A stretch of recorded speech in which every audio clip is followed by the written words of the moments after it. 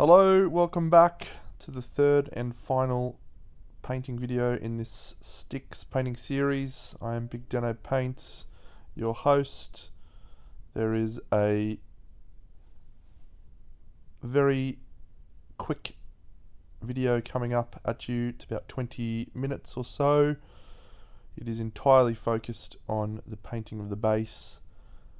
As you can see from the earlier videos, I have already painted the red with an airbrush. You can see that in the second video at the very beginning if you want to see how that occurred. And what I'm doing here is wet in wet, which is where I take the acrylic paints, mix in a little bit of a medium drying retarder, Joe Sonia Magic Mix, and slap the paints together, and they stay wet, allowing you to blend them together on the brush, on the model itself. If you watch the other videos, you would know that I had some pretty specific ideas at the start, and the purple color that I've used for this rock is replicating some of the tones I was trying to use, and the green that I've also integrated into that is the contrasting color to the red. So there is some consideration into these colors and why I chose them. But as you can see, this is just a base coat, and here I'm using the hairdryer to help speed up that drying process. One of the best tools in my arsenal for helping get quick results and do interesting things. Now, at this point here, you'll notice that I have a recommenced painting, and there are still parts of this that are wet, and you'll actually see I use this to my advantage at certain points. So I think, I don't know, there's possibly people feel like that there's a wrong way to do things, or maybe that there's a right way to do things in painting, and I think there's no rules. The rules are do whatever you can to achieve the desired outcome. And so with that sort of mentality, I think, painting over something that still has some parts that are drying, you can then use those parts to help blend things together. And so that's sort of what I do here. This is a little bit of Orchid Light, which is a light purple, and some, I believe, ivory mixed into the basic mixture of the green and purple. And you can see that this is obviously sped up to ×2, but you can see that I'm being very, very quick, and lots of fairly heavy strokes, and just considering the light placement. Obviously there's a very intense red light coming from underneath this model, but the back will still have some lighting as well, but it's significantly darker. So I have to be truthful, rock painting is probably amongst my favorite things to do. I can't explain why. I think it's because you can just go crazy with color, with texture. The shapes and volumes are easy to highlight and easy to visualize. It's just, I love doing it. If I could paint rock bases all day, I probably would. So this model's, if you've had a look at the other videos, it's a pretty weird shaped model, and this base obviously comes with the model. I like the fact that it hangs over the base quite a lot. I feel like that adds some really interesting negative space. So I probably could have used a wider plinth and centered it more, but I do like this slightly uneven feeling to it. It's also got some really nice charring on the actual plinth itself, which is something that I felt would help the final effect. So here I've mixed a little bit of something that's quite light, probably, and just using, always, pretty much every time I'm painting on the model, I'm just adding a little touch of either the magic mix or a little bit of airbrush thinner. And it just, from the way that I approach painting, where I have a lot of sort of rough strokes, it helps to soften those transitions just slightly. There's a lot of considered direction in the way that I move my brush, and that helps smooth the transitions as well. So you would have seen there I actually just switched back to my larger brush. This is a size 2 Winsor & Newton. I was using the size 1, but just wasn't covering the sort of surface area that I wanted, so moved back to this brush. It's not quite as precise, hasn't got quite as nice a point, but for the majority of the work that I do with it, it is still outstanding. So one thing about rocks, they're rarely grey. I know that sounds contrary to what you would visualize, but if you go and look at rocks, they're often a variety of colours. There's lots of green usually in rocks, browns, sandy colours, all sorts of other colours. And so I think if you default to painting rocks with a grey colour, you're probably not only reducing how much fun you'll have painting the rocks, but also you're going to make them less interesting and probably less realistic in the long run. So I always use lots of colours. Don't tend to use saturated colours, vibrant colours. But one thing I will say is when you do this sort of wet in wet blending and you're mixing a lot of colours together, one byproduct of that is that colours eventually start to become quite muddy and greyish. So by using colours and then achieving a grey by mixing the colours, you're often getting a more interesting grey and interesting final appearance. So this part is probably pretty crucial to talk about since it's talking about OSL, this video. So you have to remember that the airbrush, which I've used to create that red basic starting colours, doesn't accurately reflect how light works. It tends to be a little bit more overpowering than actual light, depending on the direction of the airbrush, of course. But the way that I've used the airbrush here, I probably wasn't, from directly underneath. I was being a little bit more front on to help get better coverage.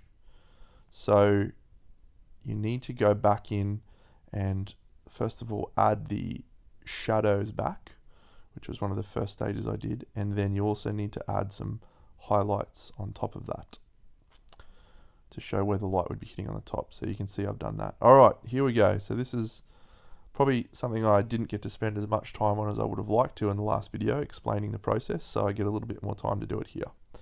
So when you have a vibrant saturated color, painting that vibrant saturated color over a black will provide you a duller result than if you painted it over a white. And obviously you can't paint over a white when you've done all of your base colors and other things in black. So the way that you get around that is by going in and putting on white in the areas where you want that nice vibrant color. And this is the most, probably one of the techniques I've used the most over the last few years to get really high value shifts, like lots of contrast, and create very vibrant saturated colors. So that's obviously looks a bit odd at this point, but now I'm going to grab the Scale 75 Antares Red and Vallejo Model Air Fluorescent Red. I'm going to mix those together with the Joe Sonia Magic Mix, and I'm going to create a very thin glaze that I'm going to paint over this with my brush. At least that's what I did on the model. I can't remember if I did that. Yes, I did. Well done. Well remembered. So you can see this is a glaze consistency. It is very dilute, and it's not getting coverage perfectly over that white. But because of the magic mix, it does not leave sort of lots of tide marks. And we're going to do multiple layers of this, and using the hairdryer to help facilitate that process speeding up. Allows you to do lots of thin layers in the same way that you might be able to with an airbrush, just with a brush. So the way that a glaze works, I try to explain this. I've taught a little class, and in the class I explained it. If you look really close at a newspaper, you'll see lots and lots of small dots, and those dots, when you pull back, make up the pictures. And with paints, they're obviously made up of lots of very, very tiny pigments. And so when you do a glaze, which is a very dilute paint, what you're doing is you're distributing all of those little pigments, those little dots, in random directions all over the model.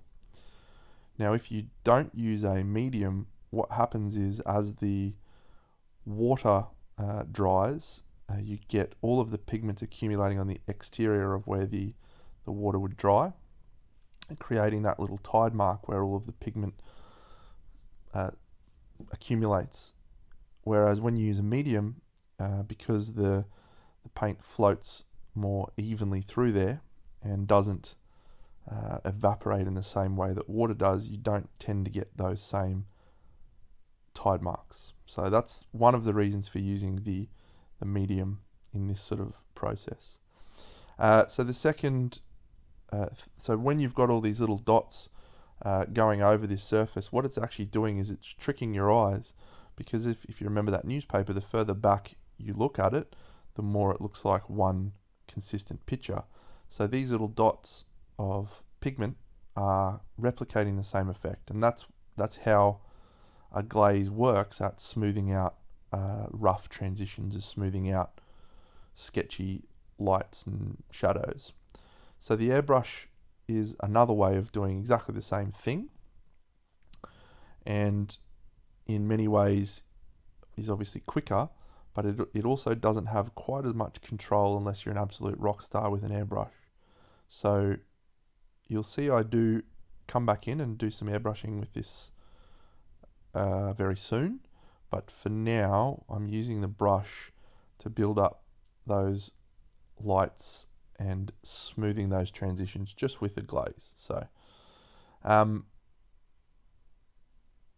hairdryer makes this process significantly quicker, because one of the downsides of that medium that helps the pigment accumulate better is that it extends the drying time, which obviously is counterproductive when you're trying to do 10 coats of something. So the hairdryer just makes this process significantly easier. So you can see now that most of that white has basically disappeared, but you do still have a very clear transition from dark red to the bright red. It's helped smooth out the roughness of those things, and you can still see it. What you're actually seeing is the light hitting that white underneath, because the paint pigment is obviously still semi-translucent, and that white's reflecting back. So here what I'm doing is adding another layer of white, because I want to put in some very, very bright spots of light, which are the at the point where the light's hitting it the closest. And so when I'm doing OSL, so there's a very important concept you need to keep in mind with OSL, and that is that the source of the lighting must be brighter than the light that you've painted on the other object. So if you have a source that is a glowing orb, you can't have the light reflected from that glowing orb be as bright or even brighter than the orb itself. It just doesn't work like that in life, in nature. So it doesn't read true when you are looking at it. So here, this is actually, the reason I've used the airbrush for this, this is pure fluorescent red. It is a very, very thin color. It takes a lot of airbrushing, a lot of layers, and so the airbrush just helps facilitate that. I didn't get the mix right here, so I've got some accumulation of the fluorescent red inside the airbrush, which is causing a bit of spatter. Normally I would stop, clean out the airbrush, use a different mixture, but in this instance I kept going because it was adding what looked like little embers of little sparkles of that red, so I was actually quite okay with that. So to go back to whatever I was talking about before, the object source lighting has to be brighter. If you have, for example, a lava or a area down the bottom of the model which is brighter, it's actually counterproductive to drawing your focal point up towards the model itself, because that has to be the brightest part of the light source, which means it's a high value, so you're going to have your gaze drawn down towards that. So you have to kind of break that rule a little bit and have some points where it's super bright, but you don't want to have the whole thing being too bright, as that will draw your gaze down. This is contrast paints. I talked about them a lot in some of my last videos. I'm really integrating them a lot into my painting. I really like a lot of things they do. They have some really nice qualities. They're not something I'd recommend for probably novice painters, which probably is counter to what you would expect, but they do add some nice tricks into the toolbox, I think, so I'll continue using them. And I just wanted to re-add and reintroduce some color back into the rocks, which had gotten a little bit washed out and a little bit too grey. And again, as I said before, I wanted my rocks to have lots of interesting colors, specifically the purple and the green that I've had on the model. Another fun tip there, as I said before, there's no rules, can't do anything wrong. Smushing stuff around with your finger, totally allowed. Do whatever you want, it's A-okay. You're not going to get in trouble from the painting gurus for doing something that have achieved a result that you want. You might get in trouble from someone. They might be like, you can't do that. If you go and lick your finger and it's toxic paint, that's probably suboptimal. So don't do that.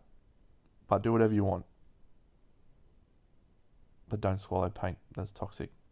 Alright, so pretty much we've reached a point now where the model itself has taken a lot of shape. It looks